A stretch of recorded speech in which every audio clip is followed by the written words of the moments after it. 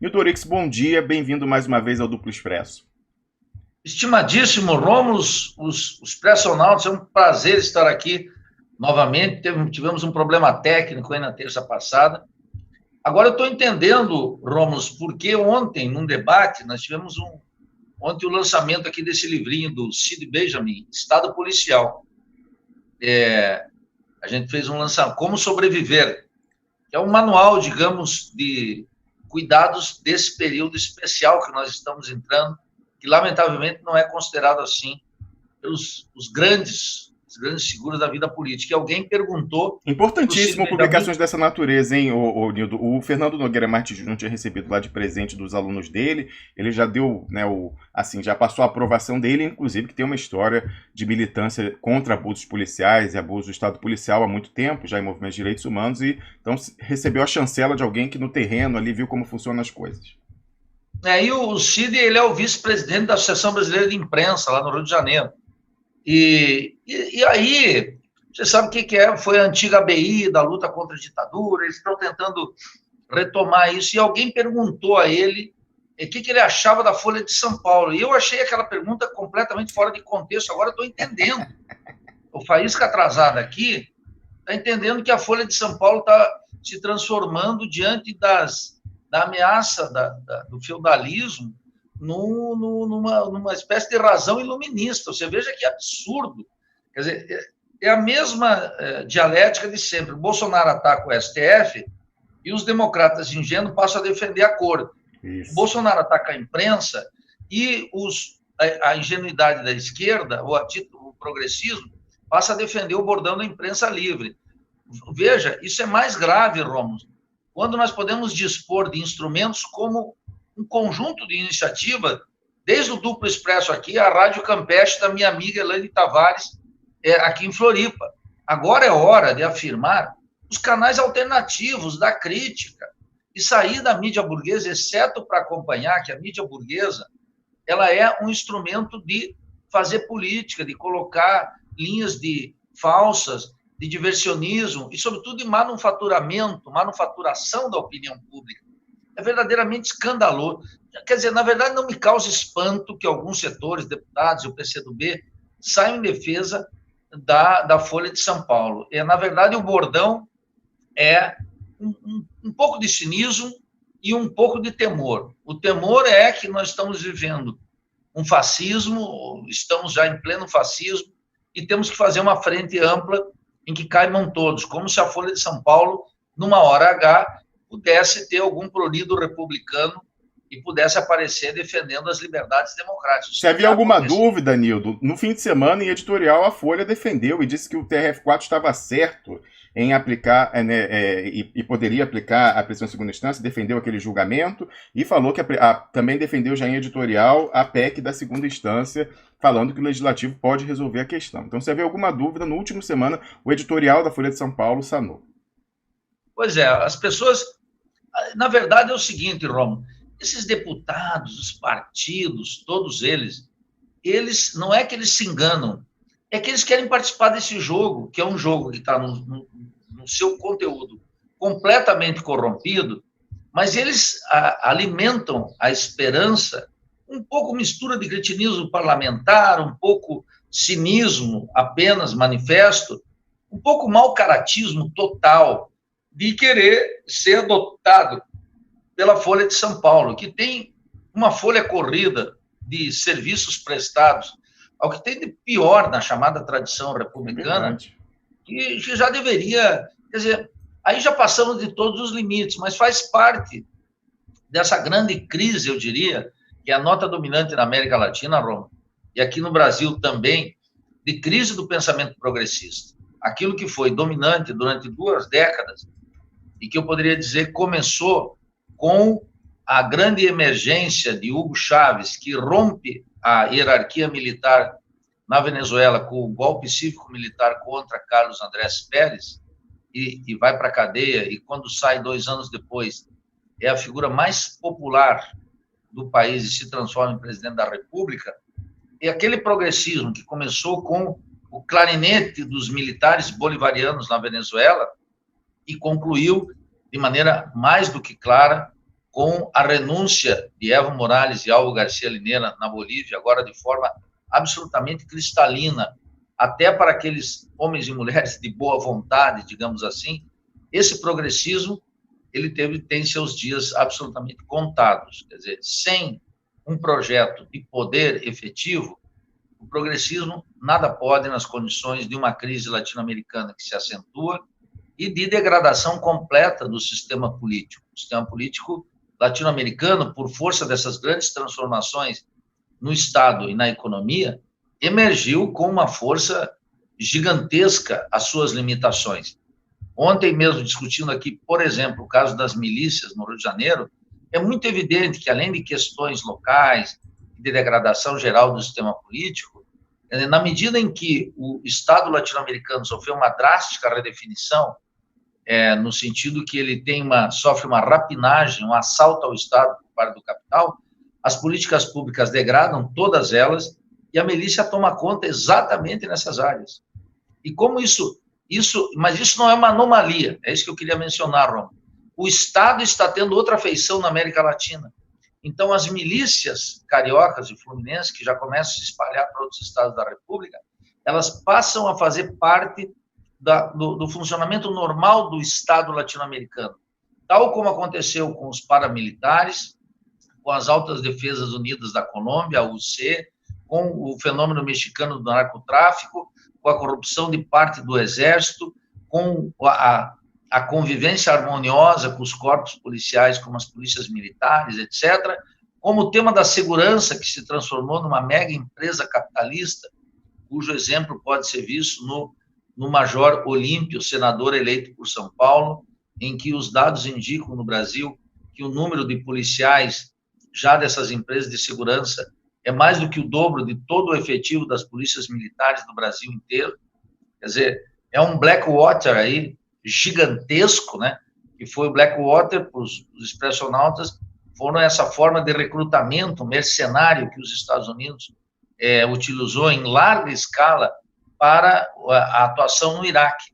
Quer dizer, além da ocupação do exército estadunidense, tinham as empresas chamada de segurança privada que ocupam uma área já não mais cinzenta, mas cumprem funções de Estado e funções que estariam, digamos assim, ao arrepio da lei, mas que são completamente toleradas, incentivadas pelo Estado, chamemos assim, um Estado que ganha uma feição de classe cada vez mais acentuado e que pode conviver tranquilamente com isso que o Cid Benjamin chamou dessa promiscuidade. Eu não acho que é uma promiscuidade, mas essa articulação funcional entre os aparatos de Estado legais, a polícia, o exército, etc., e chamamos assim, forças irregulares, forças privadas, capitalistas, que cumprem funções na completa ilegalidade, mas com a completa tolerância e cumprindo o organograma, o roteiro de atuação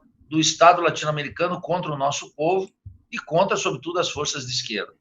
Eu falaria só para, não sei se isso está abordado no livro, não pude ler ainda, nem se foi abordado na fala, mas a gente precisa ter atenção, muita atenção também às facções criminosas que já constituem verdadeiras máfias e que vão exercer também esse papel de milícias, reprimindo a população e fazendo com que ela não se subleve contra o arroxo neoliberal e o aperto do sangramento das riquezas no sentido do imperialismo, né? Então, o PCC, como a gente sabe, aí celebrou com os generais do GSI e o Sérgio Moro a Pax do Evangelistão do Pó, né? E o Mercosul caminha a passos largos para se tornar o Narcosul, né? A gente viu aí a questão dos submarinos transatlânticos, Nilton, levando 3 toneladas de cocaína para a Europa, apreendido aí na Galícia na semana passada. Ontem a RT fez uma matéria especial sobre esses submarinos do pó, né? Eu não tive a oportunidade de ler ainda, mas já compartilhei lá no meu Twitter. Então é uma sofisticação enorme e esses capitais precisam ser reciclados nas praças financeiras do imperialismo também para manter as cotações. Então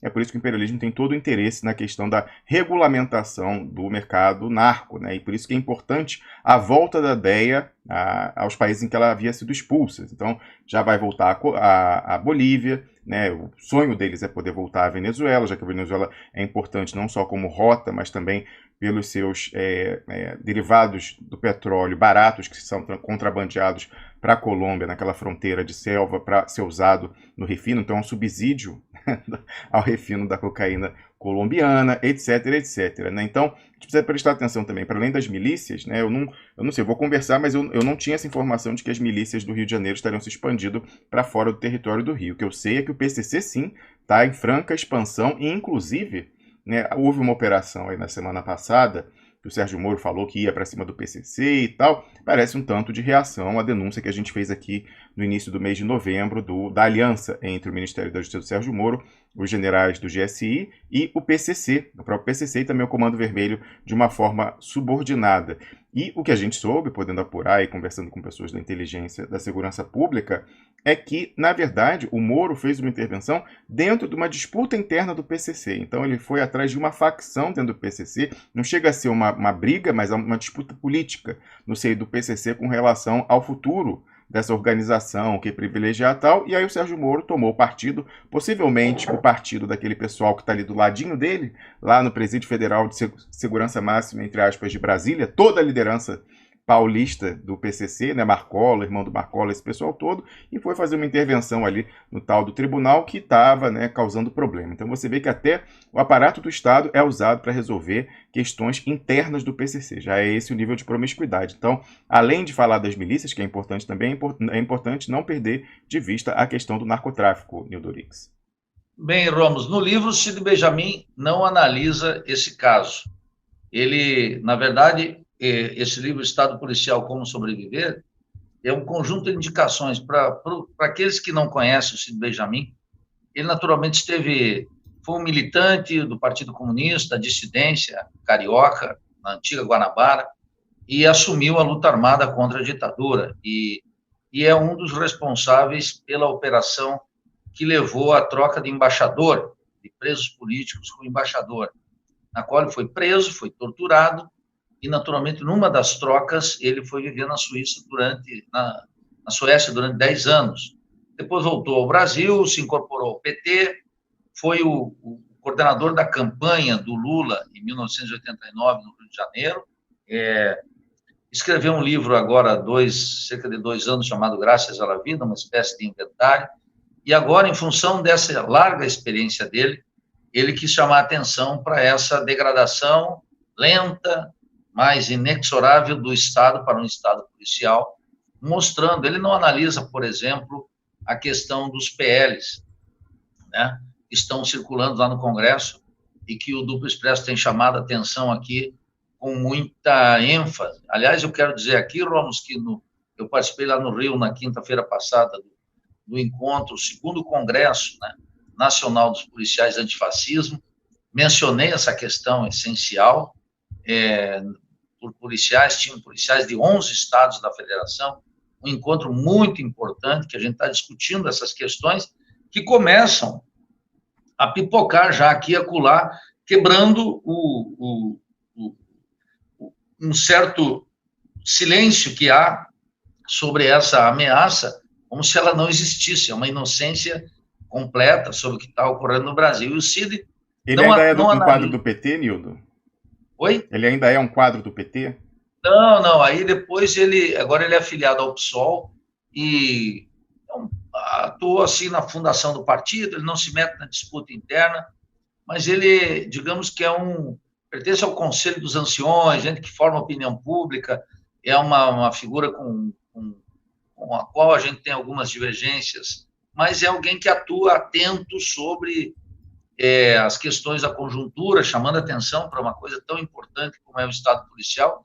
E ele não atuou, ele não escreveu nenhuma linha nesse livro sobre essas organizações, o PCC, Comando Vermelho, mas foi em detalhe mostrando essa articulação da família Bolsonaro com as milícias, né, dados que estão todos na imprensa, e mostrando os cuidados que a militância atual tem para algo que eu considero muito valioso, o Rômulo, é que existe um abismo entre a velha guarda política que participou da luta contra a ditadura e mesmo do processo de democratização e esses milhões de jovens que estão entrando na política. Muita gente está entrando na política.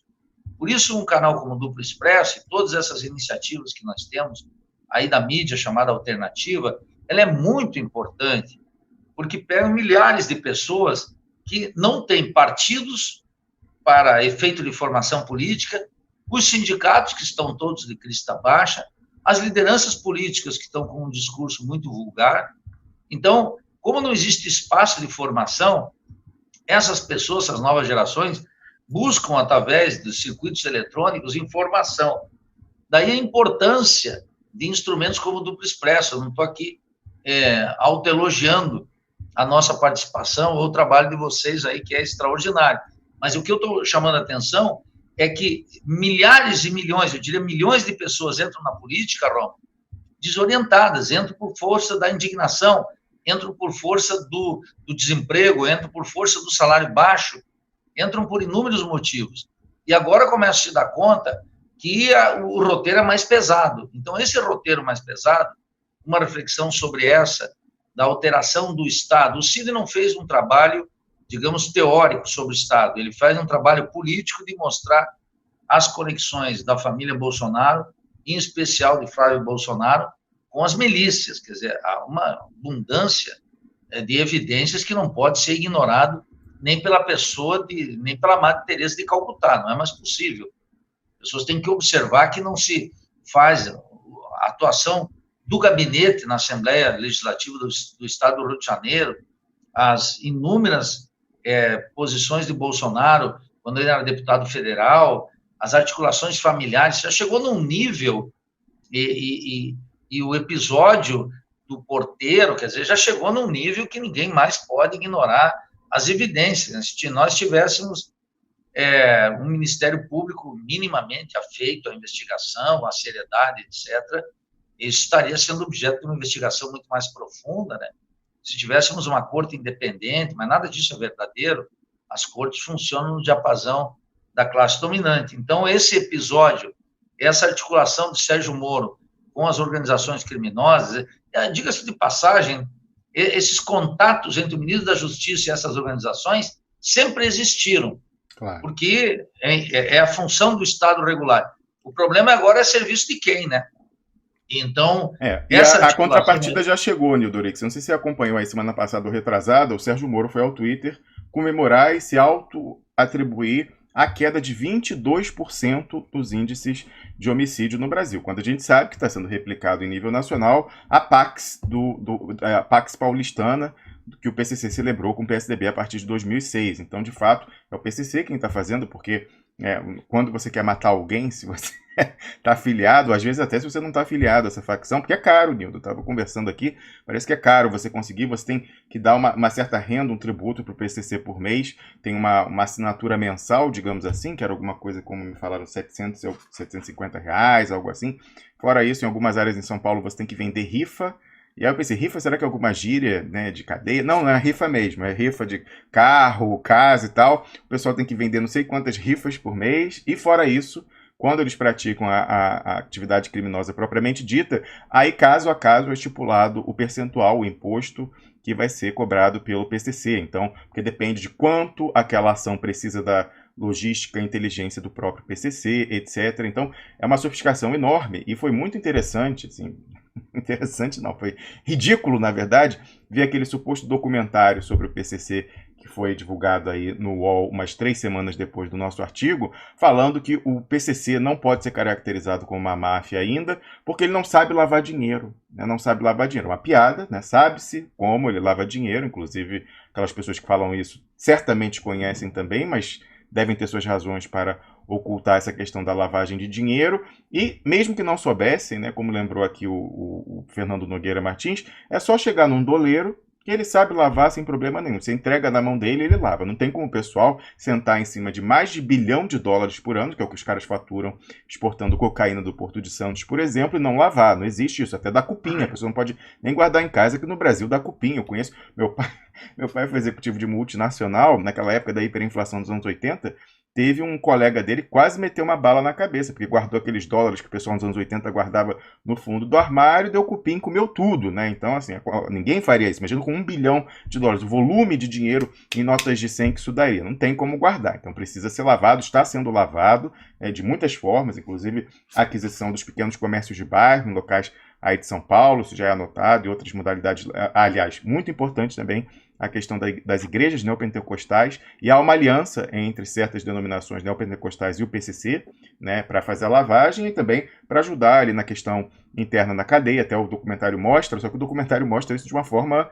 que não condiz com a realidade. Diz que justamente o meio de saída do PCC seria a conversão ao evangelho. E aí mostra que o pastor lá fala, sai, em nome de Jesus, sai PCC, sai Comando Vermelho. O pessoal sai, não é assim. Inclusive a pessoa para sair é bem complicado, tem que pagar suas dívidas, né? Então não é assim que funciona. E você vê, Nildo, um reflexo dessa aliança entre o PCC e essas denominações neopentecostais, na diminuição significativa da importância da pastoral carcerária da Igreja Católica. Ela não tem mais espaço porque a aliança do PCC, quanto mais presídios eles controlam, mais isso passa para a órbita dessas igrejas neopentecostais, né? Então, é algo muito importante, e eu sei que é relevantíssimo falar da questão das milícias no Rio de Janeiro, mas essa crítica é a crítica que é, por exemplo, autorizada pela Rede Globo. A Rede Globo, né, move uma campanha de opinião pública contra as milícias. É interessante observar por que a Rede Globo, que está no Jardim Botânico e nunca se importou com o sofrimento dos povos da periferia, por que ela é tão contrária à milícia, por exemplo, ela não mostra o mesmo empenho com relação ao tráfico de drogas. A gente sabe que alguns impérios midiáticos, eu não sei se é o caso da Globo, que tem sempre um puxadinho de eventos, né? A Globo tem uma empresa de eventos, a Record tem uma empresa de eventos. Você sabe que evento é muito bom para você esquentar dinheiro frio, né? Porque você fala, quantas pessoas vieram e tal. Enfim, essas pessoas, né? Sabe-se que os impérios midiáticos também, alguns deles são mecanismos para o direcionamento da lavagem de dinheiro do narcotráfico. Então, essa história de falar só de milícia me cheira a briga territorial, que é justamente o que o Sérgio Moro, né, o Ministério da Justiça, o general José Assis estão tentando resolver no plano nacional. Então, certamente, nessa Pax aí, até porque o Rio de Janeiro acabou de sair de uma intervenção federal, já está acertado o quinhão das milícias. As milícias, muitas delas, ao contrário do que se supunha na sua origem, que elas surgiram para combater o tráfico, muitas delas já alugam o ponto para traficante ou traficam elas mesmas, então já não há mais sequer essa distinção, e tudo tende a ser no Brasil, porque o PCC, é interessante, o PCC em São Paulo, ele é como se fosse uma fusão da milícia com o tráfico, é uma coisa só. Então, qual é a vantagem, entre aspas, da milícia no Rio de Janeiro e do PCC em São Paulo? O pessoal não anda com o armamento ostensivo, você não pode usar fuzil, inclusive se você sair com fuzil, sem autorização, você é sancionado com pena capital pelo PCC em São Paulo. Então, há esse entendimento com o poder público de aumentar a sensação das pessoas de segurança. Então, eles reduzem a taxa de homicídio, só pode usar fuzil quando for para uma ação que requeira isso, então assalto a banco ou resgate de preso em presídio, etc. Fora isso, eles regulamentam a questão do tráfico, então não tem mais briga territorial, guerra de gangue, que é muito semelhante à questão da milícia no Rio de Janeiro também. Ela acaba com essa coisa do armamento ostensivo, acaba com a disputa territorial, e por isso até, né, de uma maneira trágica, terrível, mostrando a falência do Estado. Por incrível que pareça, se você for perguntar para as pessoas que moram em certas áreas controladas pela milícia e outras controladas por algumas facções do tráfico de drogas, notadamente algumas áreas do Comando Vermelho, que tem uma visão menos empresarial e você tem brigas ali, as pessoas se sentem mais seguras, né? Eu conheci diversas pessoas no Rio de Janeiro das classes populares, então a minha empregada doméstica, porteiro, etc., que moravam numa área em Nova Iguaçu, que era da milícia. E ela falava, a gente tem que pagar lá, ela chamava de polícia mineira, tem que pagar, acho que na época era R$30 por mês, pagar a taxa de segurança. Mas ela falava, hoje em dia está melhor, porque antigamente era o tráfico, era aquela coisa, tiroteio e tal. É uma coisa trágica, mas você vê que essa aparente vantagem da milícia, ela tende a ser universalizada nessa Pax do Evangelistão. Então, o Comando Vermelho já chegou ao seu entendimento, a paz foi celebrada entre o Fernandinho Beiramar pelo Comando Vermelho e o Marcola por São Paulo, num presídio federal. O encontro dos dois por um mês, em março desse ano, foi possibilitado pelo Ministério da Justiça do senhor Sérgio Moro. Ficaram lá em Porto Velho, em Rondônia, negociando, chegaram à Pax. Então agora cada um vai ficar ali com seu território, milícia, Comando Vermelho e tal, e tende-se a não se ver mais aquela coisa de disputa territorial, o pessoal andando com um fuzil ostensivamente, e com isso, necessariamente, com a campanha também midiática que vai ser trabalhada em cima disso, as pessoas tenderão a dizer que o problema da segurança pública melhorou e isso vai ser atribuído ao governo federal, né? O Sérgio Moro já está fazendo isso nesse momento. Só que, na verdade, é muito pior, porque eu lembro do exemplo do que aconteceu com a construção do Rodoanel em São Paulo. As pessoas que iam ter suas casas desapropriadas, foi oferecida uma mixaria para elas pelo governo do PSDB. E elas falaram, não, mas eu vou entrar na justiça porque a lei me garante aqui o valor de mercado, né, para essa desapropriação.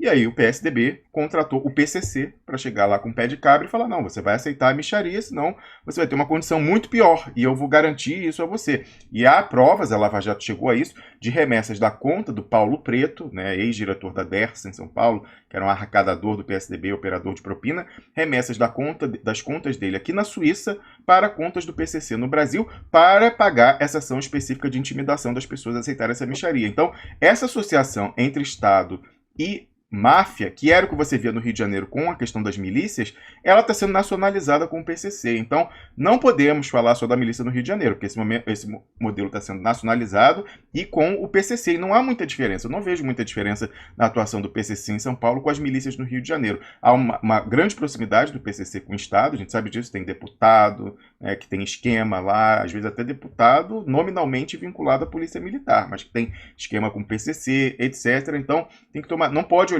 ficar só nesse viés que a Globo autorizou de falar de milícia, né? Tem que falar de tudo, Nildo Rix. Bem, você está colocando um tema aí que é um tema de dimensão latino-americana em alguns estados. Essa transformação. Qual é uma lição do marxismo? Uma lição do marxismo é a clara distinção entre Estado e governo. Os governos são os interesses transitórios. Os Estados são aqueles interesses permanentes. Os governos, que efetivamente querem mudar a vida do povo e da nação, são aqueles que interferem na dinâmica do Estado, senão não adianta, porque essa é a questão essencial. Então, veja, nesse contexto de radical transformação do Estado latino-americano, eu diria que tem dois casos paradigmáticos, aí quero entrar nessa reflexão que você fez no Brasil. O primeiro é o México, que teve uma radical degradação do Estado, vista assim desde o ponto de vista liberal, quer dizer, uma transformação radical do Estado a partir da implantação do Tratado de Livre Comércio com os Estados Unidos e o Canadá em 1994. Na medida em que essa grande riqueza produzida no México já não ficava mais de maneira anterior, quer dizer, uma apropriação dual do excedente, uma parte para as classes dominantes locais e outra parte para as multinacionais, com o Tratado de Livre Comércio, o México foi reduzido na divisão internacional do trabalho a mero quase exportador de petróleo e importador de absolutamente tudo nos Estados Unidos. Até o milho milenar aí dos astecas. Até o milho, aquele que foi consagrado nesse extraordinário livro Hombres de Maíz, de Miguel Ángel Astúrias, prêmio Nobel guatemalteco de literatura, mostrando como uma civilização foi feita em cima do milho, é importado dos Estados Unidos um milho transgênico. Então, veja que a alteração na agricultura, no Estado, na economia, no fluxo migratório, tudo isso colocou o Estado mexicano, a associação entre o que é legal e ilegal, ela fica muito estreita, mas muito funcional para a classe dominante. E o outro exemplo muito claro é o colombiano, que não dependia do Tratado de Livre Comércio. O Tratado de Livre Comércio foi uma consequência de uma associação estratégica entre o que o Chomsky uma vez chamou, usando o caso de Israel, de um Estado satélite. Então, a Colômbia funcionou mais ou menos como um Estado satélite, desde as bases militares, que estão lá dentro há muito tempo, sob outro argumento, sob o argumento de combate à guerrilha, especialmente à FARC. Veja, inclusive foi vendido internamente, Nildo, e também na Colômbia, como se fosse a recompensa pela aliança estratégica militar, essa questão de a Colômbia deixar a regulamentação do narcotráfico para a DEA no seu território, né, e deixar as bases americanas. O Tratado de Livre Comércio foi a recompensa para o bom aluno, né? Então diziam que com o livre comércio ia poder exportar rosas colombianas e tal. A gente sabe o que é exportado de verdade. E veja o que acontece. Tanto no México quanto na Colômbia, o protagonismo da DEA é completo. A agência dos Estados Unidos anda, como dizem lá os mexicanos, como Juan por su casa. É como se estivesse ambientado. Eu vi uma entrevista, Nildo, a esse propósito, eu vi uma entrevista do Celso Amorim recente, na Carta Capital, salvo engano, que ele falava da época em que ele era chanceler e ele foi à Bolívia, o governo ainda não era o do Evo Morales. Não é do Evo Morales, que o Evo Morales logo expulsa a DEA. E aí, quer dizer, ele fala que é nos anos 90, então ele não era ainda... acho que ele era chanceler, sim, mas do Itamar Franco. Aí ele fala que ele vai lá nos anos 90, e aí ele, quando está voltando com o presidente, ele está com o presidente no avião, alguém do governo, alguém assim, ou seu homólogo e tal, e aí parece que o avião não pode decolar de La Paz, que é muito alto, com tanque cheio, então tem que fazer uma conexão e tal, e aí parece que eles queriam fazer conexão ou visitar, ele faz a conexão, acho que em Santa Cruz, e aí ele queria visitar uma área, e aí fala, não pode visitar porque não tem autorização da DEA. Ele estava com alguém em nível ministerial do governo colombiano que falou, não pode visitar porque a DEA tem que ser notificada antes, tem que autorizar previamente. Você veja que é um uso da extraterritorialidade explícito, autorizado pela classe dominante local, que nunca vai falar em soberania, em hipótese alguma. As frações de classe burguesa não vão fazer isso. Mas o que eu queria mencionar, então, pegar o caso colombiano, o caso mexicano, o Brasil está indo acelerado, de maneira acelerada. Não se trata de uma falência do Estado, se trata de uma alteração estrutural do Estado latino-americano que permite a essas organizações, desde a negociação do botijão de gás até lá em Seropédica, agora no Rio de Janeiro, na área da Federal Rural do Rio de Janeiro, a milícia cobra, inclusive, para a realização de uma festa na casa de um sujeito. O sujeito vai fazer uma festa, ele tem que pagar. Se tiver som alto, caixa de som vai ter que pagar 100, 200, 300 reais.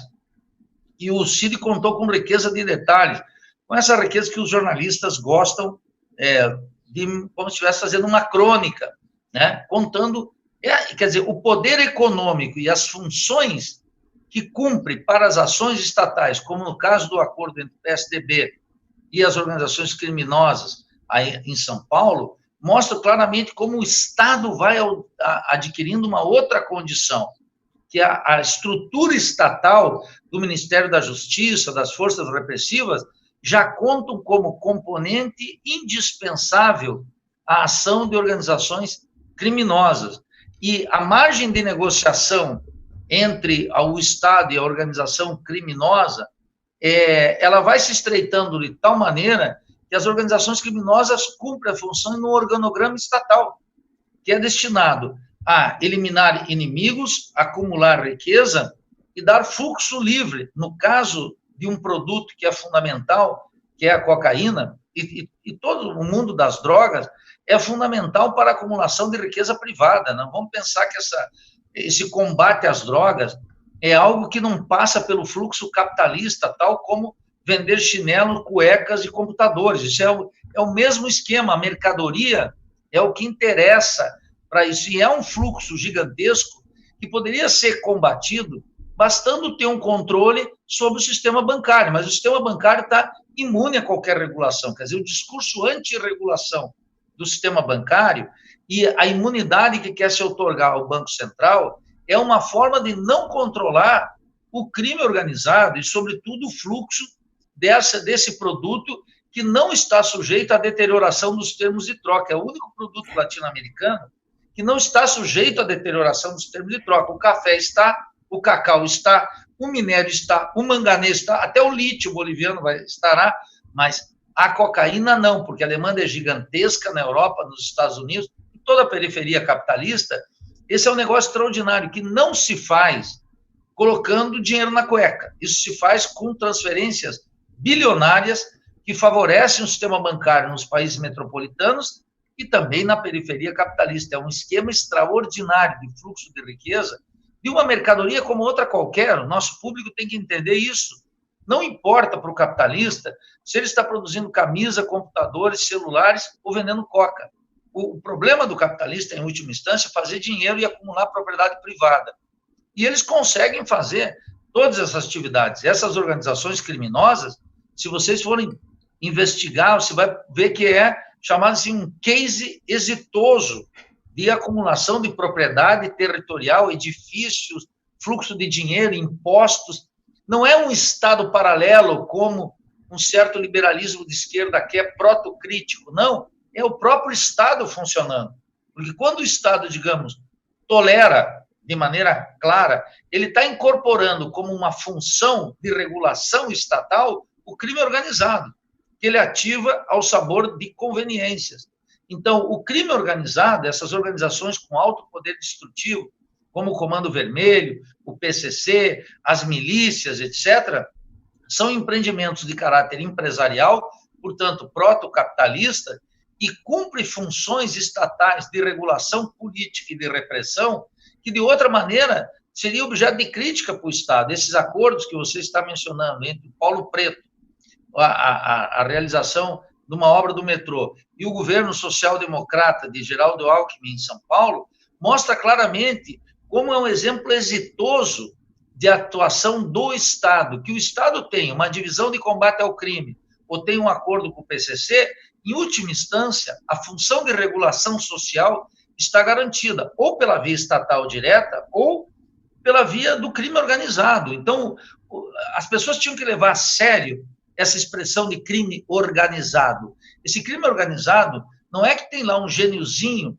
como o Marcola, que dá entrevistas e dá expressões políticas, e parece que leu Leviatã, e Hobbes, etc. Não, é crime organizado porque é organizado pelo Estado. Porque se o Estado quisesse, qualquer Estado latino-americano... Mas, Nildo, só uma correção aí, hein? De política os caras entendem, porque assim, a disciplina carcerária é Maquiavel na veia. Maquiavel é um estrado bruto, né? Assim, até para você poder acordar no dia seguinte. Então, alguma coisa eles entendem até na prática.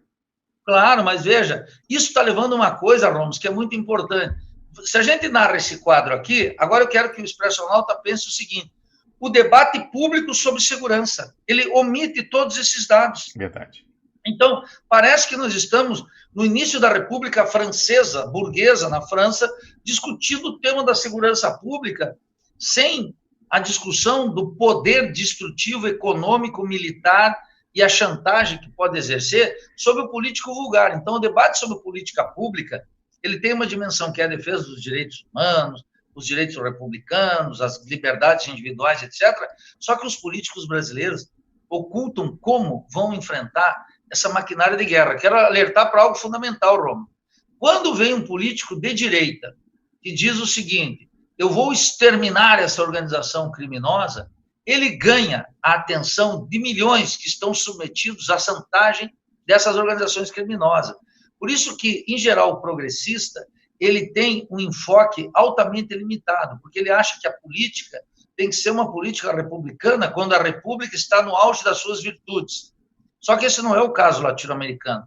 Não é o caso latino-americano pela tradição do nosso Estado e não é o caso latino-americano pela intensidade da crise, que torna todas as relações absolutamente degradadas e cada vez mais violentas, porque tem uma crise que envolve taxa de lucros, centralização e concentração do capital, fortalecimento da propriedade privada na mão de poucos, e etc., e que a ação criminosa é absolutamente funcional. Então, o que a gente tem que dizer aqui para o Expressionauta, que essa noção de atividade criminosa, ela não é estranha ao desenvolvimento capitalista e nem é estranha ao funcionamento normal do Estado. Porque quando a gente vai discutir, nós vamos ter agora um debate sobre eleições, e tu vai ver o debate nas grandes capitais, São Paulo, Rio de Janeiro, Minas Gerais, Pernambuco, Porto Alegre, o debate sobre a segurança é um debate que não toca no essencial das questões. Quer dizer, o tema eleitoral, ele já não toca nas questões do Estado. E a reflexão, o elogio desmedido à política pública como eficaz diante da ação estatal, mostra que as pessoas não entendem o que é governo e as funções cada vez mais limitadas que um governo pode fazer diante dessa nova estruturação do Estado latino-americano e do Estado brasileiro em particular.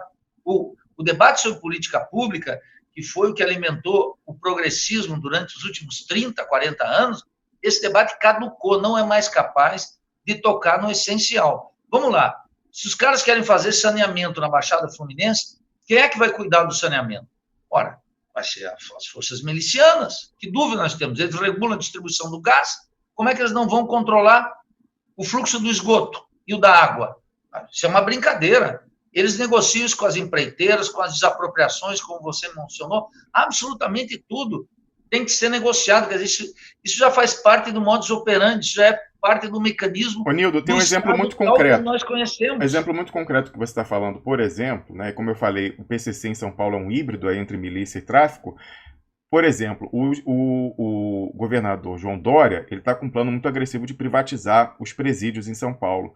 Você sabe quem é o maior entusiasta disso? O PCC. Eles vão adquirir Claro, aí óbvio, através de empresas óbvio. laranja e já vão controlar até quase oficialmente. O dia já controla de fato, mas vão controlar oficialmente, inclusive a mão de obra escrava, que eles querem, nesse plano de privatização, o Dória quer colocar o pessoal trabalhando compulsoriamente, etc., né, sem remuneração, etc. O PCC vai explorar e o PCC vai extrair a mais-valia desse pessoal. Nildo, sobre essa questão ainda do tráfico, eu peguei aqui a matéria da Russia Today, ou é do Sputnik, enfim, um dos veículos russos aí, que realmente está sendo uma novela na Espanha, as pessoas estão muito intrigadas com essa aí, assim, né, impressionadas com a capacidade, o capital do tráfico com esse submarino, né, realmente é uma coisa impressionante. Então, aqui a matéria... Esse submarino de quem é? Não falaram ainda, mas ó, os narcos, tem que a matéria da Sputnik está na tela, ó, os narcossubmarinos. Outro as na manga dos cartéis latino-americanos é a pergunta. Eu não sei se é do cartel latino-americano. Você falava aí, Nildo, da importância desse capital, dos termos de troca. Essa questão é relativa, Nildo, porque naquela matéria do UOL, e esse dado é verdadeiro, eles falam que a cocaína refinada, aquele tablete, sai da Bolívia a $800. Ele é vendido em algumas destinações na Europa a 80 mil. Multiplica por 100. Sim. Então, isso certamente não é Mas veja, apropriado. Romo, Não fica na Bolívia essa riqueza, essa diferença, esse Não, eu deltazinho não sei. fica. Mas veja, isso ocorre também com a arroba de café. É É o verdade. mesmo problema. Sai aqui do norte do Paraná a 10, 8 dólares e é vendido lá na Itália a 32. A importância desse dinheiro é tão grande, Nildo, e aí já é uma questão de mainstream, é tão assim, é tão sabido, né, na grande imprensa hegemônica, essa questão de que a guerra às drogas, na verdade, visou a controlar o fluxo de capitais, porque até aquela série romanceada, quer dizer, que é romanceada e muitas coisas mentirosas aliviando para o lado dos Estados Unidos, que é aquela série Narcos do Netflix. No início, o primeiro programa é falando disso, que os Estados Unidos estavam com um sério problema de conta corrente ali no início dos anos 80, porque o pessoal cheira muito, né? Para aguentar aquela sociedade americana, você tem que cheirar, tem que se picar com heroína, porque não tem jeito, né? Para você controlar, você tem que drogar o pessoal ou com droga prescrita por médico ou com droga ilegal, não tem jeito. E o pessoal cheirando tudo, os dólares indo embora, né? Indo embora com o pessoal cheirador. E aí eles falam, não, peraí, tem que disciplinar isso aqui, chegar lá e redirecionar esses capitais para serem reciclados nas praças financeiras aí do Atlântico Norte, sobretudo Nova York, né? Então é muito importante. Quando você vê esse submarino, você vê a capacidade, o capital comprometido nisso, né? Eu vou dar play aqui no vídeo da RT para você ver. Isso aqui são acabou que o pessoal abandonou, né? Os traficantes abandonaram o submarino. E aí, o pessoal, isso aqui já é a Guarda Civil Espanhola, que na verdade é militar, tem esse nome fantasia de Guarda Civil, mas quem morou na Espanha conhece bem, e eles indo lá recuperar, né, na praia. Aí depois eles tiram, olha o tamanho do submarino. Tá chegando aqui o rebocador, né, o navio trazendo, que ficou lá afundado. Por causa do mau tempo, eles tiveram que abandonar, alguma coisa assim, né? E aí vão colocar aqui para fora, você vai ver o tamanho do submarino cheio de pó, e eles vão começar a tirar os tabletes de dentro. Ó. Olha aí, esse é o submarino. Cadê? Ó, vamos lá, o pessoal já tirando a carga, né, o ouro branco aí de dentro. É uma coisa absolutamente impressionante o nível de sofisticação. Já havia notícias desses submarinos também indo para os Estados Unidos, mas eu achava que era uma navegação de cabotagem, que o pessoal ia ali da Colômbia até os Estados Unidos pelo Pacífico. Mas não, a coisa já são submarinos transatlânticos, Nildorix. Mas veja, isso mostra, Ramos, que o nosso expressionauta aqui teria que dar uma atenção especial para esse tema, que um produto que tem esse valor no mercado mundial, ele vai encontrar sempre quem produz e corra todos os riscos. Não tem como. Ainda mais se na periferia capitalista, as alternativas do emprego com carteira assinada pertencem ao século passado. Nunca fizeram parte da nossa tradição, porque no Brasil as pessoas têm que entender, 50% da população economicamente ativa jamais teve a carteira assinada. Jamais, em nenhuma outra época. E agora é menor ainda. O número de pessoas com carteira assinada, elas quase vão ser encontradas na rua e as pessoas vão tirar um selfie com elas como um objeto raro de identificação. Então, veja que essa situação, ela degradou as condições latino-americanas de maneira muito grave. É por isso que eu tenho insistido na tese de que o progressismo, tal como ele se manifestou até agora na América Latina, Alberto Fernandes na Argentina, Evo Morales, Rafael Correa, Lenín Moreno, Andrés Manuel Lopes Obrador, Lula, todas essas lideranças, elas pertencem a um capítulo ultrapassado da política latino-americana, porque elas não estão articulando a ideia de políticas públicas, Estado, etc., com um projeto de poder. O que caracterizou, por exemplo, o cardenismo no México? Uma experiência tão diferente como o peronismo no Argentino, ou uma experiência totalmente distinta como o varguismo aqui no Brasil. Para dar os 3 exemplos, não vou falar de outras experiências equatorianas, colombianas, bolivianas, Torres na Bolívia, etc. O que era? Era um projeto de política que estava articulado com um projeto de poder, consolidação dos estados latino-americanos, industrialização, etc. Como nada disso mais existe, o que está ausente na reflexão do progressismo latino-americano é qual é o projeto de poder que eles possuem. Qual é o projeto de poder? Que tipo de sociedade está organizada? A direita latino-americana, ela já tem algumas estruturas muito claras. Primeiro, alinhamento automático com os Estados Unidos.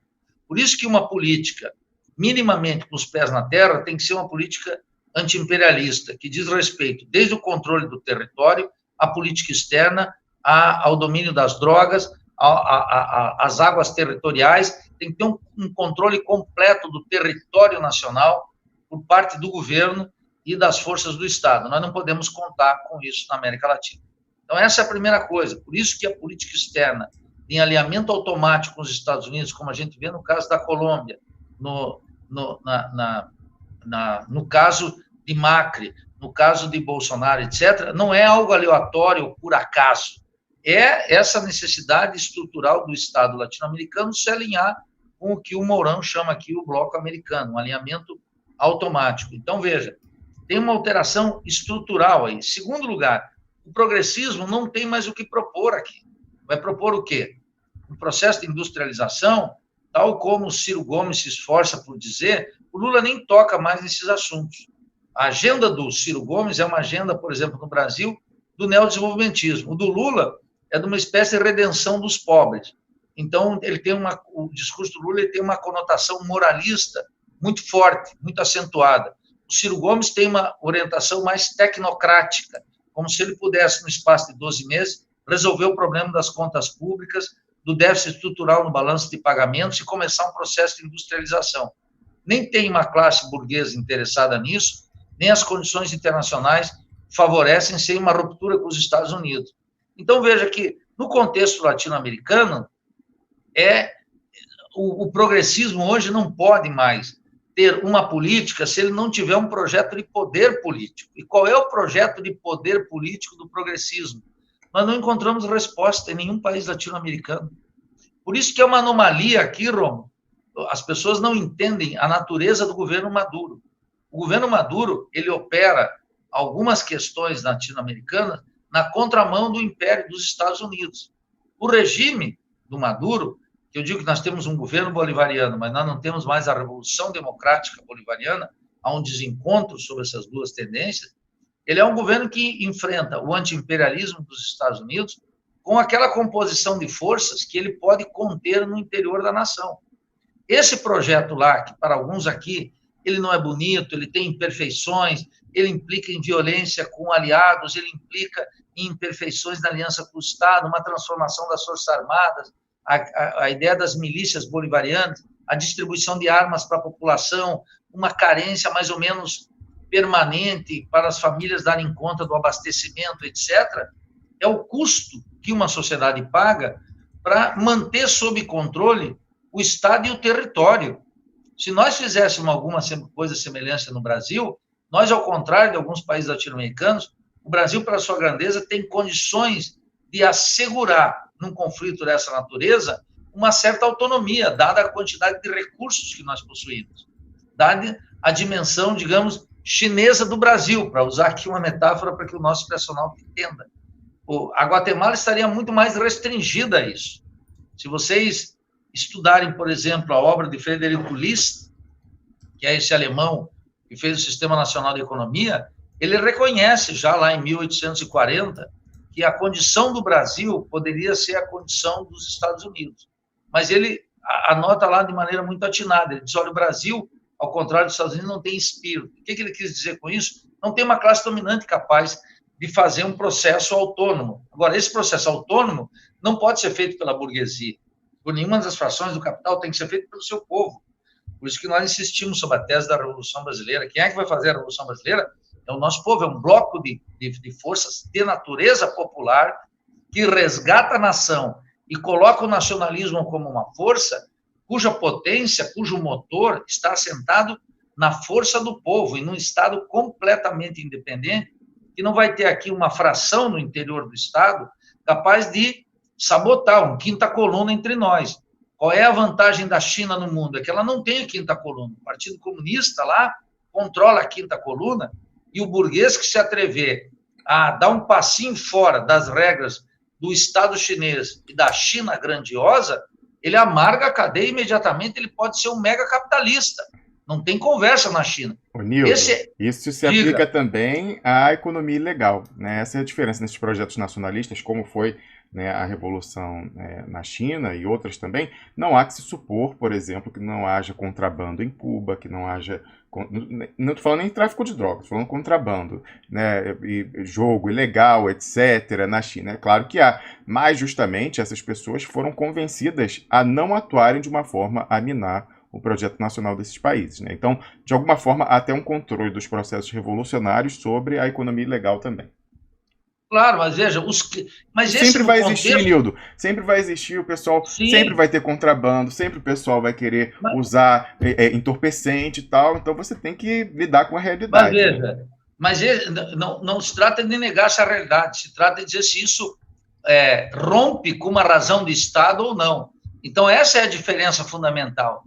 Mas existe um anti-estatalismo ingênuo, que é assim, durante muito tempo, Habermas, que foi esse filósofo da teoria da ação comunicativa, e durante muito tempo embalou, sobretudo aqui no Brasil, a filosofia brasileira, que fica de costas para Álvaro Vieira Pinto, por exemplo, quem eu considero o maior filósofo brasileiro de todos os tempos, pela inclinação, pelo objeto de estudo filosófico, que não estava preocupado, como a Marilena Chauí, com o que Spinoza realmente quis dizer, mas queria entender, efetivamente, o que era uma filosofia com pretensões universais, que tratou de temas tão importantes como o subdesenvolvimento, o conceito de tecnologia, uma grande obra filosófica, Ciência e Existência. A filosofia de Álvaro Vieira Pinto é luminosa como um programa de pesquisa. Veja, quando a gente observa isso, uma razão de Estado, nós temos que observar que o Estado ele não vai ter o controle absoluto sobre tudo. Então, tem um conjunto de ações humanas e das sociedades contemporâneas que o Estado mantém uma certa indiferença, desde que não ofenda essa razão de Estado. Então, claro que toda essa realidade que você menciona aí, nós podemos verificar em Cuba. Eu visitei muitas vezes Cuba, e nem era a sociedade perfeita, como já disse Pablo Milanés numa canção, não vivo numa sociedade perfeita, mas a razão de Estado se impõe. Qual é essa razão de Estado? É uma razão que se assenta sobre uma soberania popular. Os cubanos possuem, os chineses possuem, nós não possuímos na América Latina. Essa é a questão essencial, em grande medida, o segredo da Revolução Cubana. Esse debate sobre a soberania no Brasil, portanto, na mão de políticos burgueses, ele nem começou a ser discutido. Por isso que nós insistimos na tese do nacionalismo revolucionário, que se distingue do nacionalismo burguês, e se distingue desse nacionalismo com que até o Bolsonaro pode flertar na exata medida que bate continência para a bandeira dos Estados Unidos, que é esse nacionalismo de direita. Então, nós temos que discutir a diferença entre esse nacionalismo revolucionário e um nacionalismo de direita, que eu chamo de um nacionalismo burguês, que existe claramente estabelecido, e eu diria que ainda é o dominante, mas agora já começamos a discutir no terreno da Revolução Social, da Revolução Brasileira, a importância do nacionalismo e aquilo que eu considero essencial na situação latino-americana concreta, a vinculação entre as correntes marxistas e o nacionalismo revolucionário. Em alguns países, isso foi muito longe. No caso da Argentina, tem uma longa tradição. No caso mexicano, tem uma longa tradição. No caso cubano, tinha uma pequena tradição que existiu efetivamente, etc. Mas o Brasil, digamos, é o país mais atrasado nesse aspecto e que precisa ter uma discussão, dada a alteração estrutural do Estado latino-americano que tem a ver com algo essencial, Romulo. O peso da burguesia industrial na América Latina, ela foi se reduzindo de maneira drástica. E o Brasil, Romulo, é o caso mais eloquente, porque aqui o desenvolvimento capitalista relativo ele foi mais intenso que no México, que a Colômbia, que a Argentina, que qualquer país. Aqui existia uma espécie de orgulho burguês que estava assentado na Avenida Paulista e na Fiesp. Esse orgulho burguês se dissipou, ao ponto, eu tenho repetido, que Paulo Scaff tem como atividade empresarial fundamental a venda de terrenos, e não mais da burguesia industrial, e menos ainda da Associação Brasileira de Máquinas e Equipamentos, que é onde nós podemos ver o funcionamento de uma economia de tipo capitalista, com uma certa autonomia tecnológica, em uma disputa de fronteira, em que a produção de máquinas e equipamentos seja fundamental. No Brasil, Cardoso para cá, passando por Lula, por Dilma, por Temer e por Bolsonaro, cresce a cada ano no balanço de pagamentos a compra de máquinas e equipamentos, e o aluguel de máquinas e equipamentos. Da onde? Da China e dos Estados Unidos. Quer dizer, o motor da produtividade, aquilo que existe mais moderno, que é máquinas que produzem máquinas, essa nós entregamos totalmente. O desenvolvimento capitalista cancelou isso. Isso significa que essa fração da burguesia industrial, ela já não tem mais interesse nenhum em defesa da nação. Ela se transformou, o antigo burguês industrial se transformou num comerciante que quer transformar a nação num entreposto da economia mundial. Ou seja, o nacionalismo de direita, tal como nós tivemos nas décadas passadas, ele não tem mais sustento na sociedade, não existe quem possa sustentá-lo. As frações do capital comercial, elas querem comprar lá fora barato e vender aqui dentro caro, uma economia na prática dolarizada, não é? Paulo Guedes tem dito claramente, não me importa se o câmbio chegar a 5, 5,5, 6 reais, que é para onde está deslizando lentamente. Não, sem antes ele entregar todas as reservas do Brasil, como tem feito aí, fez ontem de novo. Mas veja, Romos, exatamente o processo de desvalorização é feito para entregar as reservas. Porque aí as frações burguesas dizem, bom, vamos pegar aqueles 340 bi que estão ali, como eu estou endividado com o dólar a 4, estarei muito mais quando o dólar chegar a 6. Portanto, vamos fazer uma corrida contra o dólar. E o Banco Central, o que vai fazer? No afã de, entre aspas, estabilizar a moeda, vai entregando as reservas. E quando as reservas baixarem mais, o que nós vamos ter? Um novo ajuste, muito mais drástico, muito mais violento, contra o quê?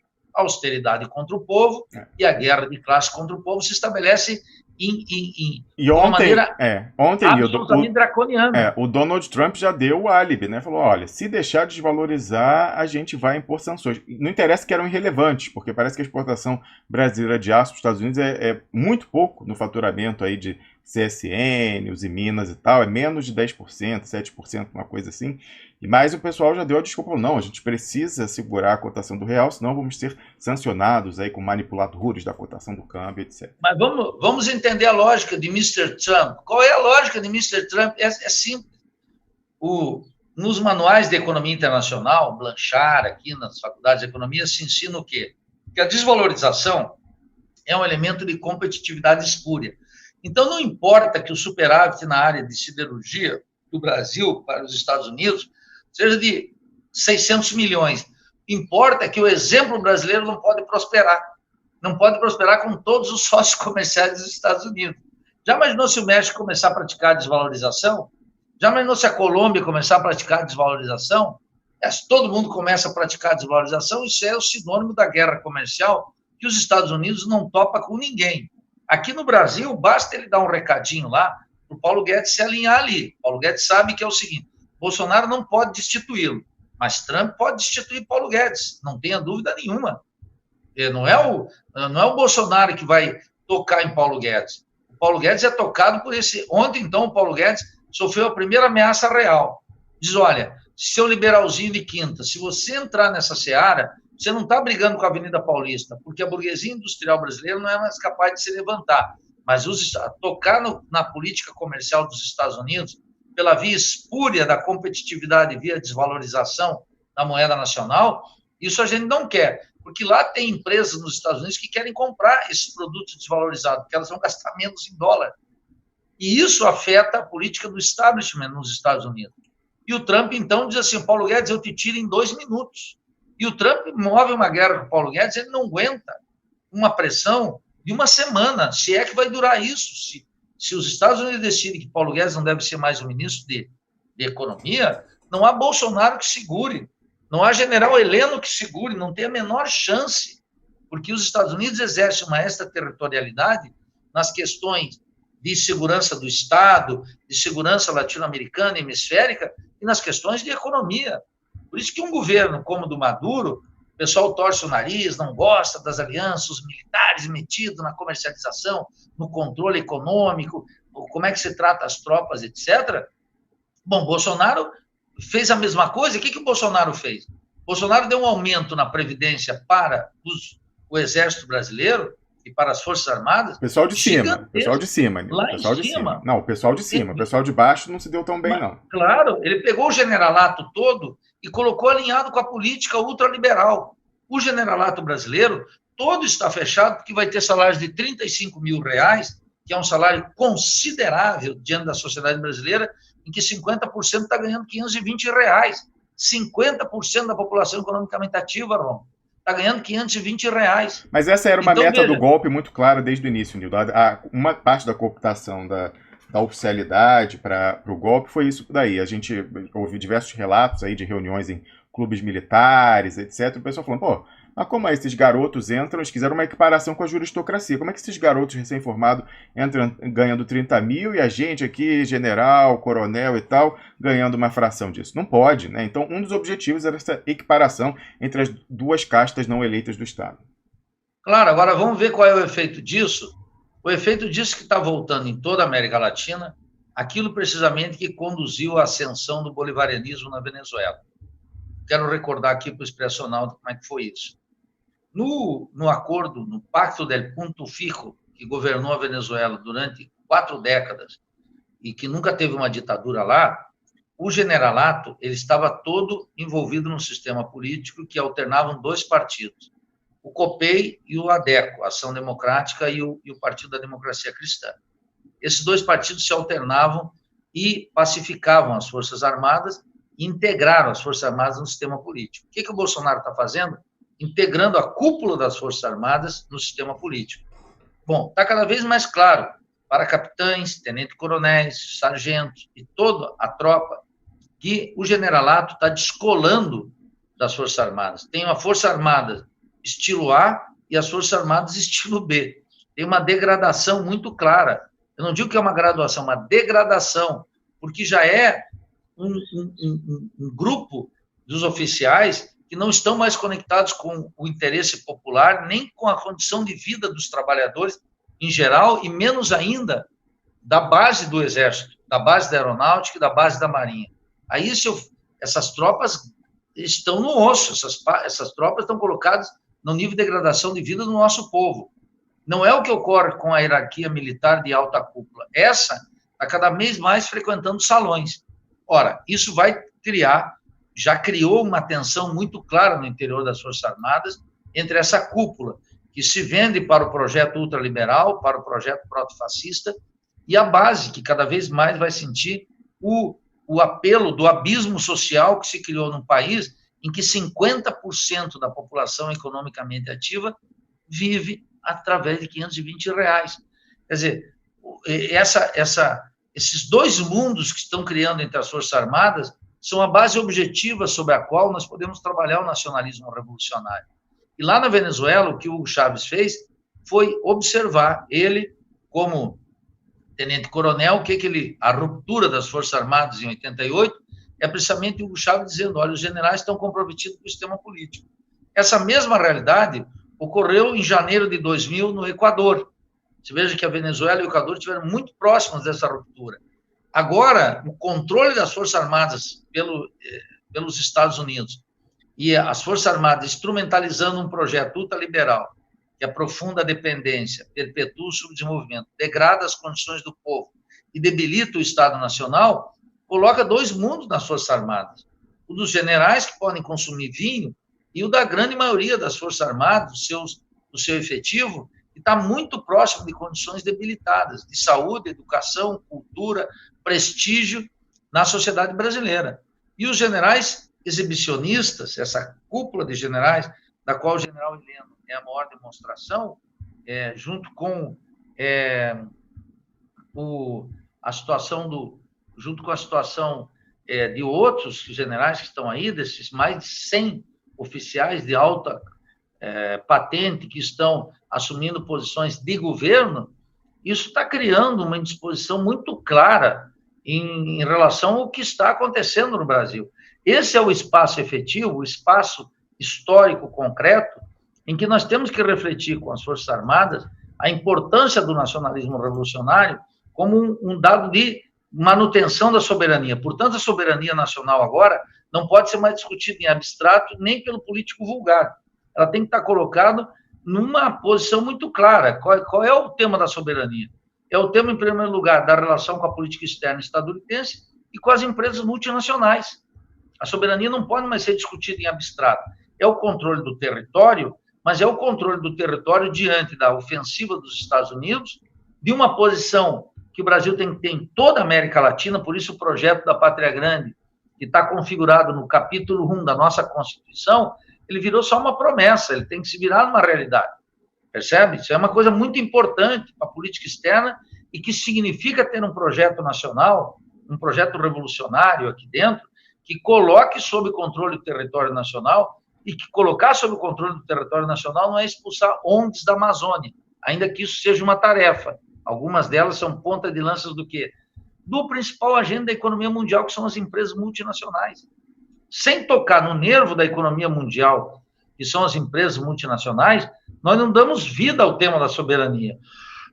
Esse dado que você coloca, tanto para o fato da cocaína, para a produção de café, que sai daqui por 4, 6 dólares e é vendido um cafezinho lá em Roma por 32, como mostrou Ladislau Dalbor nesse último livro dele. Quer dizer, por quê?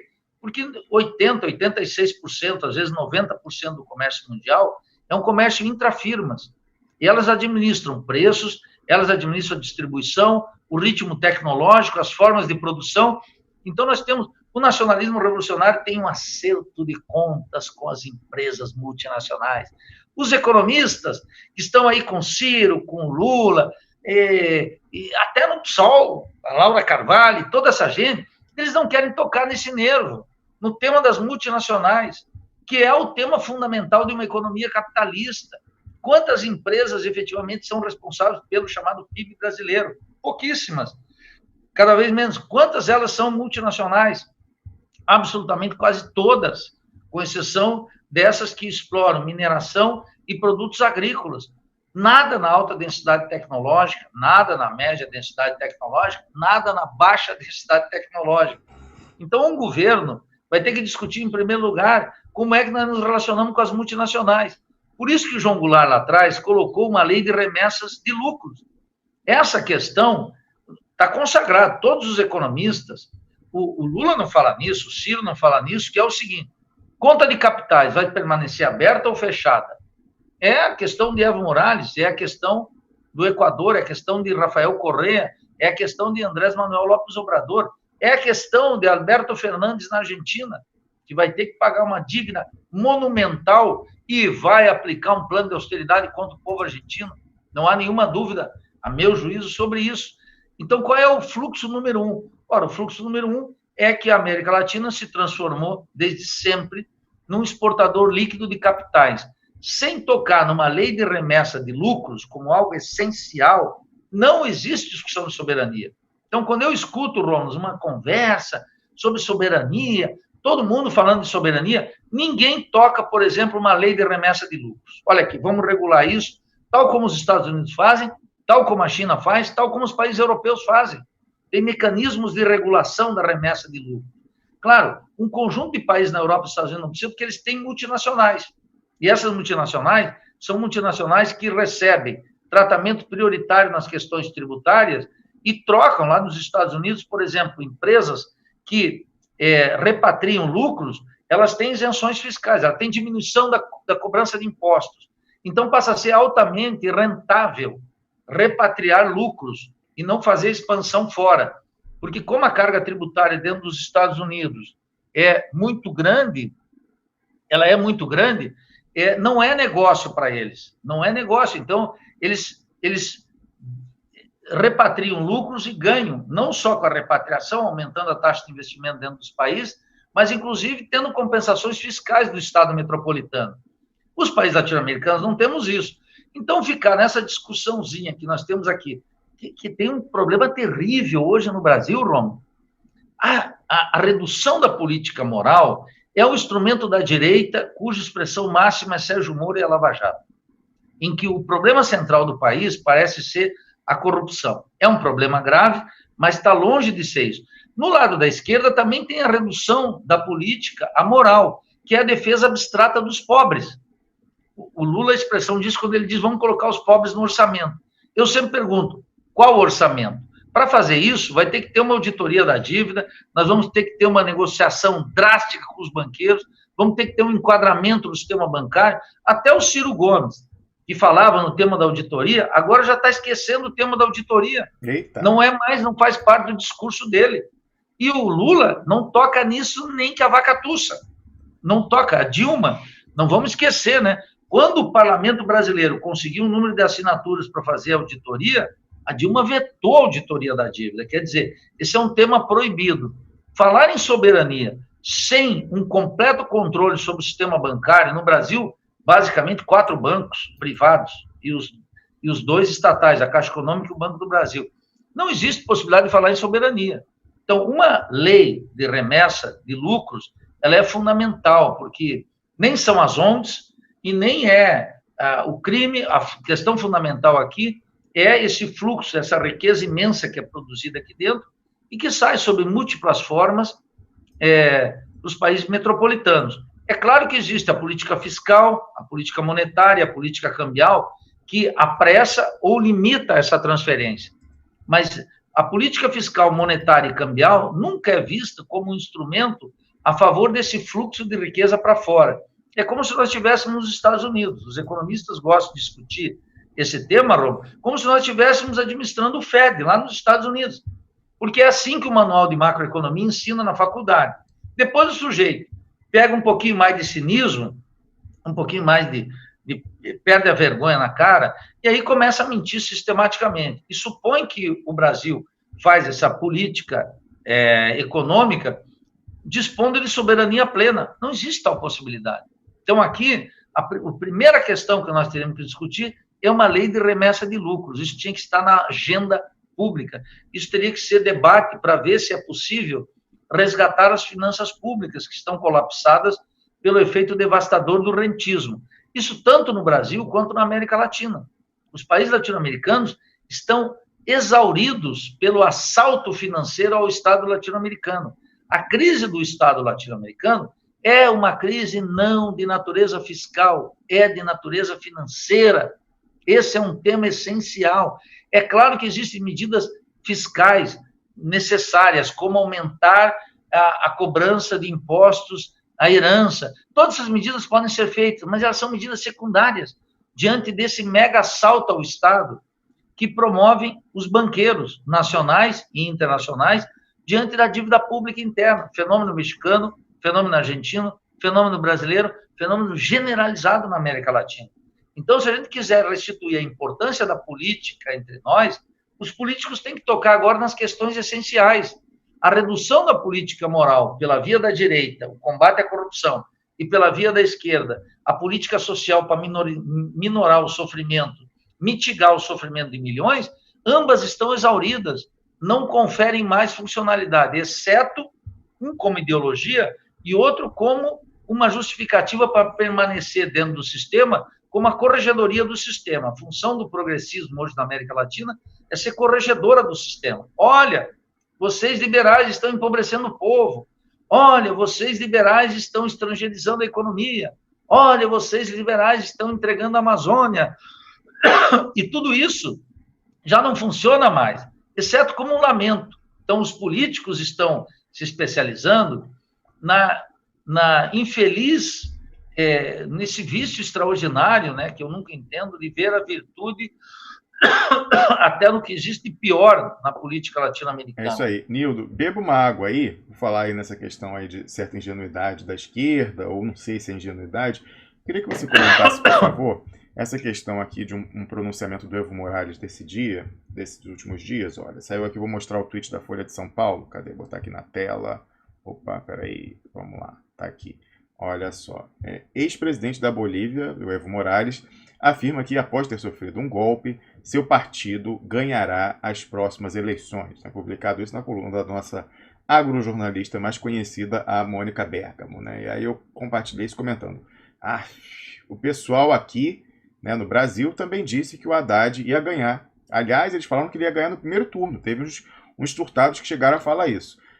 Aí o comentário da nossa amiga Maria França, ela falou, eleições tuteladas, já vimos esse filme. O exército boliviano e os Estados Unidos colocaram essa golpista Janine Áñez de fantoche justamente para garantir o resultado. Ô Nildo, o pessoal do Evo Morales, lá do MAS, vai entrar para legitimar o golpe, falar que agora, lá na Bolívia as instituições voltaram a funcionar normalmente? Bem, Romulo, você está tocando num ponto central que a gente queria pautar aqui. Efetivamente, a conduta de Evo Morales ela é muito expressiva do colapso do progressismo. Primeiro, pelo fato inaceitável de um presidente renunciar o seu mandato, que venceria só em janeiro, diante de uma ofensiva golpista articulada pelo Exército, a polícia e a Embaixada de Washington.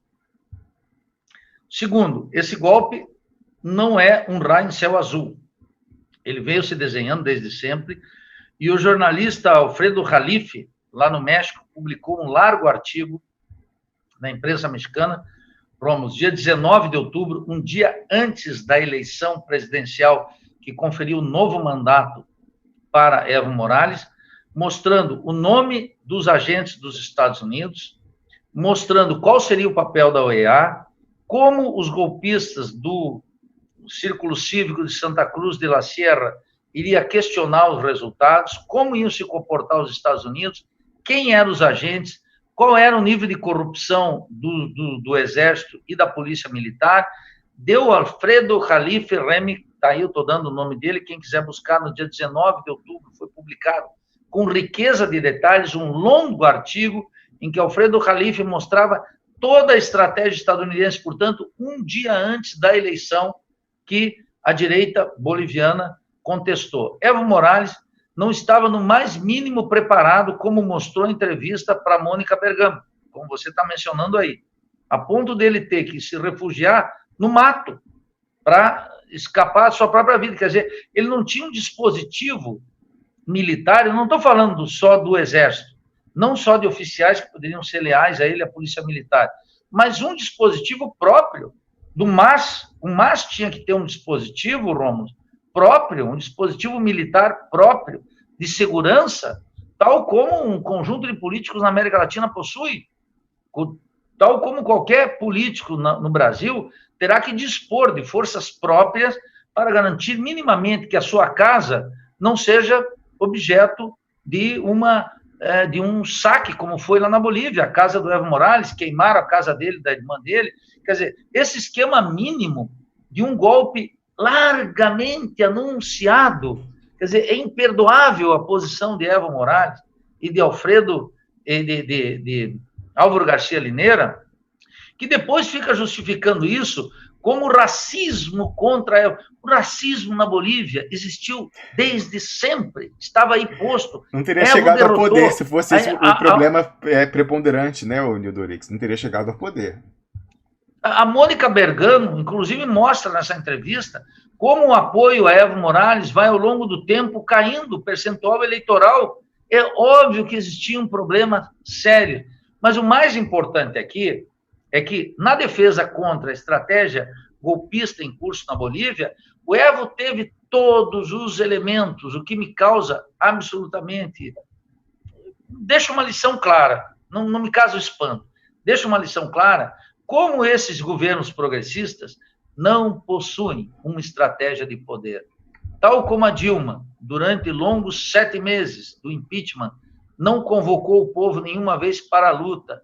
Eu lembro que aquele comício em São Paulo, em que o Lula comparece, mas a Dilma não vai, a impeachmentada é ela. Ela deveria ganhar as ruas. O que ela aceitava? Ela achava que até a última semana ela ia ter maioria no Congresso Nacional. Ela confiou nisso. E toda a cúpula petista, então, o Lula saía para a rua mas a presidente, que era objeto do impeachment, não saía para a rua. Eu acho que não, eu acho que ela já tinha aderido ao programa de incentivo à demissão voluntária dela. Como é que é, Rômulo? Eu acho que ela já tinha aderido ao PIDV, o Programa de Incentivo à Demissão Sim, Voluntária. Veja, essas teses esdrúxulas, dessa burocracia partidária, dessa corrupção generalizada do sistema político. Então, tanto o caso da Dilma em 2013, quanto o caso de Evo Morales agora, eles são muito eloquentes sobre os limites desse progressismo. Nos dois casos. Porque a Dilma e o Lula nunca convocaram o povo para a resistência ao chamado relato do golpe, e Evo Morales, que foi advertido, inclusive pela imprensa. Alfredo Jalife é um dos grandes especialistas em petróleo mexicano, ele é um grande jornalista com uma larga trajetória, e ele dá todas as coordenadas. Rômulo dá o nome e quanto ia ser pago para cada general, dá o nome do coronel e do major dos Estados Unidos que estavam operando. Ele teve uma informação um dia antes da eleição e dizendo, olha, Evo, a direita vai contestar o resultado eleitoral, um dia antes da votação, e vai ser assim, e a Organização dos Estados Americanos vai validar esse golpe, com todos os contornos. Ele errou em algumas coisas, mas o roteiro é impecável, e Evo Morales não atuou, de tal maneira que agora, eu assisti ontem a última coletiva de Evo Morales. Primeiro, o papel efetivamente absurdo que o MAS está cumprindo no parlamento. O MAS tem maioria no parlamento boliviano.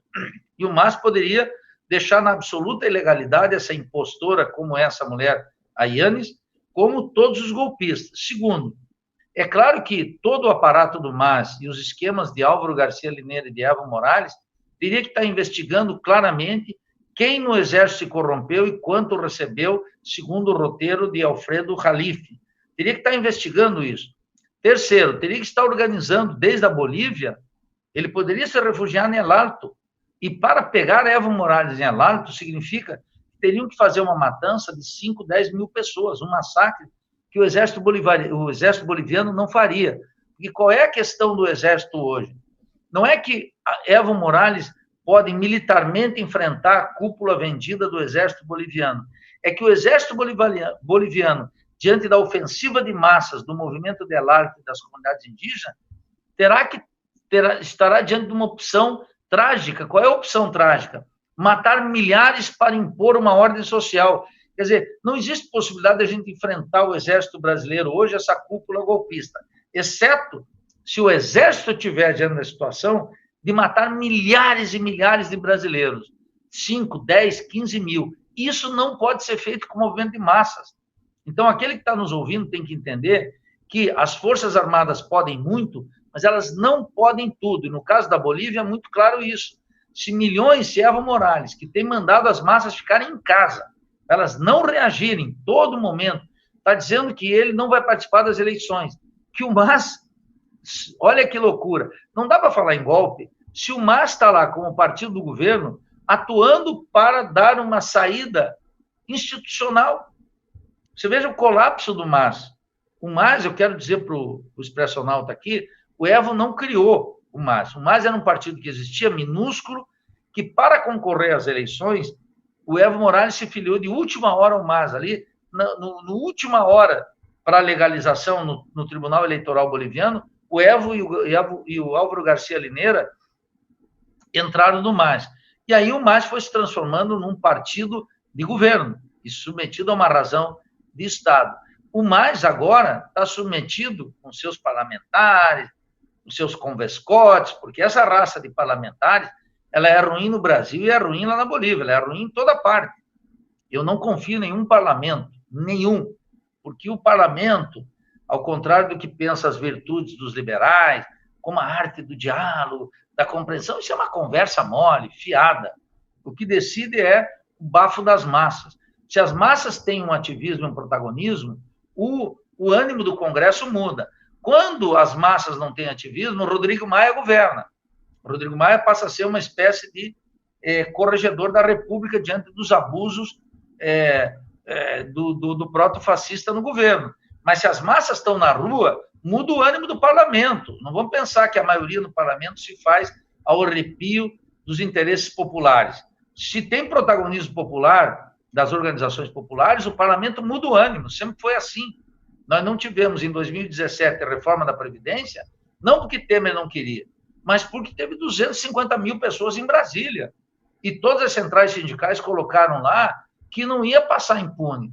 Depois o sindicalismo de crista baixa ficou apostando num projeto eleitoral. Lá na Bolívia, a mesma coisa, Arlon. Então, o progressismo, e eu digo que colapsou lá na Bolívia, foi a tese de Álvaro Garcia Linera, que publicou 2 livros esse ano aqui. Um deles chama As Energias Criativas da Revolução.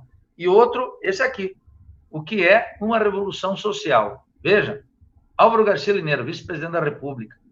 Esse intelectual latino-americano, muito bem formado, diga-se de passagem, que escreve sobre a Revolução, foi incapaz de manter um governo contra uma estratégia golpista de Santa Cruz de la Sierra, da Embaixada de Washington e dos governos conservadores da Argentina e do Brasil, governos de direita.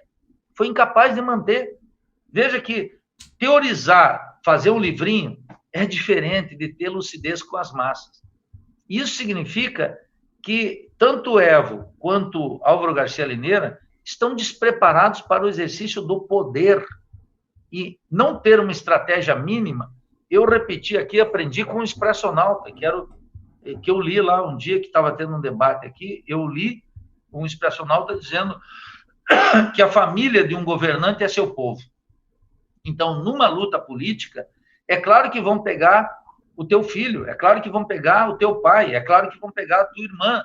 É claro que na luta política esse cálculo, para quem está na chuva, que é para se molhar, tu já tem que ter esse cálculo com antecedência.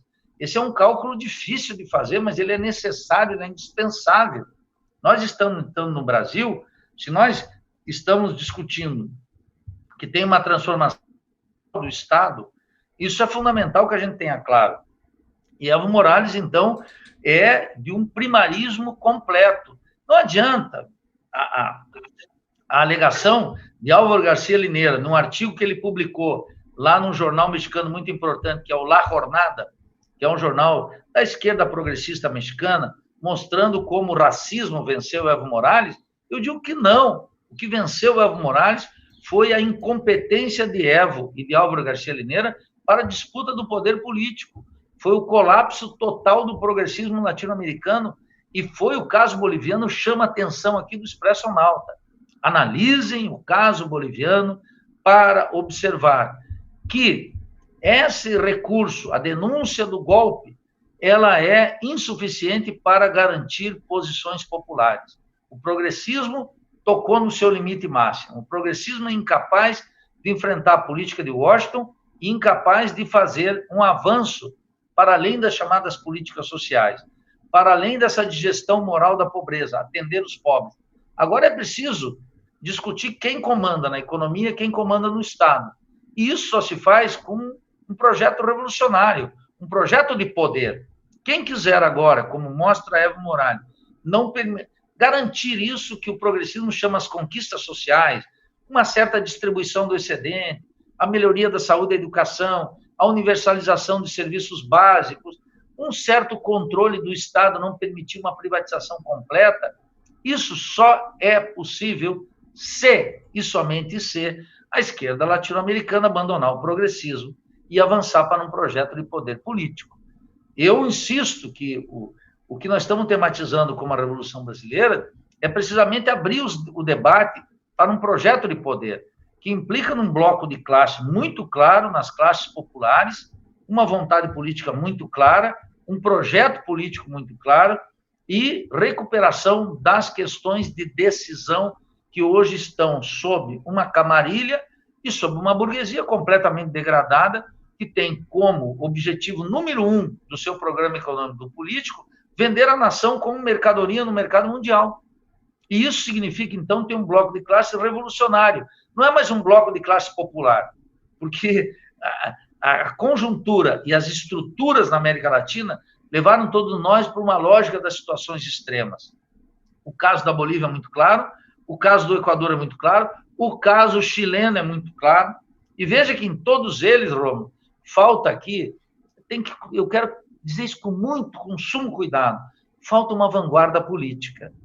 Nessas horas, uma vanguarda política, que não é um grupo de iluminados, uma vanguarda política vai se constituindo ao longo da história como aquele grupo, aquele agrupamento que, mesmo não tendo maioria social, vai assinalando para a população o que está em jogo, o que é essencial, o que é secundário. Vai, ao longo do tempo, madurando a crise, indicando aquilo que é uma ameaça, aquilo que é um interesse secundário, aquilo que é ideologia, daquilo que é política, aquilo que é uma aliança popular, daquilo que é um engodo. Uma vanguarda política vai se constituindo com credibilidade ao longo do tempo, não se constitui de uma hora para outra. E no caso boliviano, faltou essa vanguarda depois de 13 anos, 9 meses e 18 dias de governo. No caso chileno, faltou na oposição, por isso que a oposição ganhou as ruas e agora o ímpeto popular está diminuindo porque não tem esse componente, porque ao longo do tempo a história não criou isso. Isso não é um ato de vontade, começamos a nos autoproclamar uma vanguarda política, isso não existe tal coisa.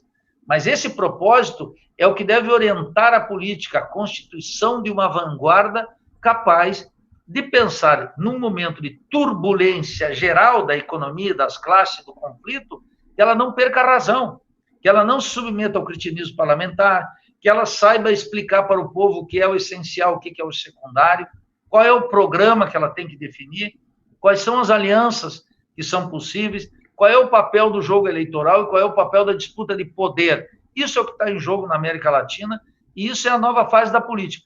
Quem não entender isso será devorado pelo dragão, sem dúvida nenhuma, Ron.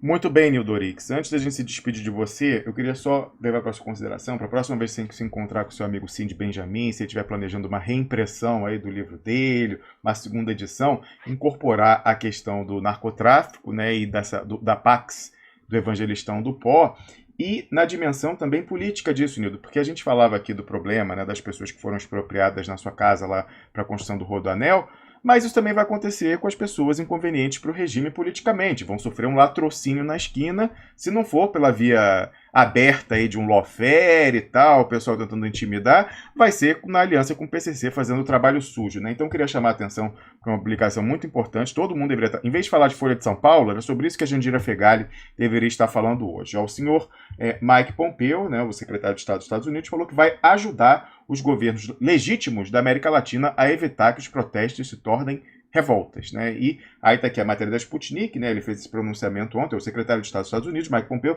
declarou que Washington ajudará aos governos da América Latina que considera legítimos, entre aspas, a evitar que os protestos degenerem e se tornem distúrbios violentos, né? E certamente no cálculo dos Estados Unidos está o recurso ao crime organizado, né, milícia, tráfico de drogas, etc., que já estão em entendimento com o GSI, né, com a juristocracia. Então, é dessa forma. Isso vai se traduzir também vai ser como as SS e as SA. Isso aí vai ser a SA desse regime fechado, os projetos de lei. Então é importante que a gente preste muita atenção nisso. Certamente isso aqui é muito mais importante do que falar, né, entrar com ação popular contra o boicote à Folha de São Paulo lá na licitação do Bolsonaro, Nildorix, para concluir. Bem, Rômulo, eu acho que valeria talvez a pena, sugiro aqui, talvez uma conversa uma entrevista rápida com o Cid Benjamin. Eu vou transmitir isso a ele, mas se for do interesse do Duplo Expresso, claro, te manda a conexão do Cid para uma conversa que eu acho que é absolutamente dispensável. O livro do Cid não tem a pretensão de ser um livro teórico, ele tem um caráter jornalístico muito evidente, muito manifesto, chama atenção para o grande público sobre esse tema, e é um tema que nós temos que tratar, e está cada vez mais, aos poucos, abrindo a atenção dos analistas mais experimentados, para esse tremendo vácuo que existe entre os militantes da velha guarda e essa geração imensa de jovens que entram na política. É um momento que tem muita curiosidade intelectual, essa juventude tem muita curiosidade intelectual, e como a política está muito pobretona, eles têm um certo sentido antipartidário, que eu entendo a sua natureza, e também muitas ilusões. E eu acho que nós temos que qualificar o debate cada vez mais. O Duplo Expresso tem sido um canal prioritário para isso. Vida longa do Expresso e vamos adiante, Romulo. Grande abraço a você, os Expressional. Maravilha. Outro para você. Conversamos aqui com o Nildo Orix, ele que é economista, PhD em Economia pela Universidade Autônoma do México, presidente do IELA, Instituto de Estudos Latino-Americanos da Universidade Federal de Santa Catarina, e a liderança da tendência Revolução Brasileira dentro do PSOL.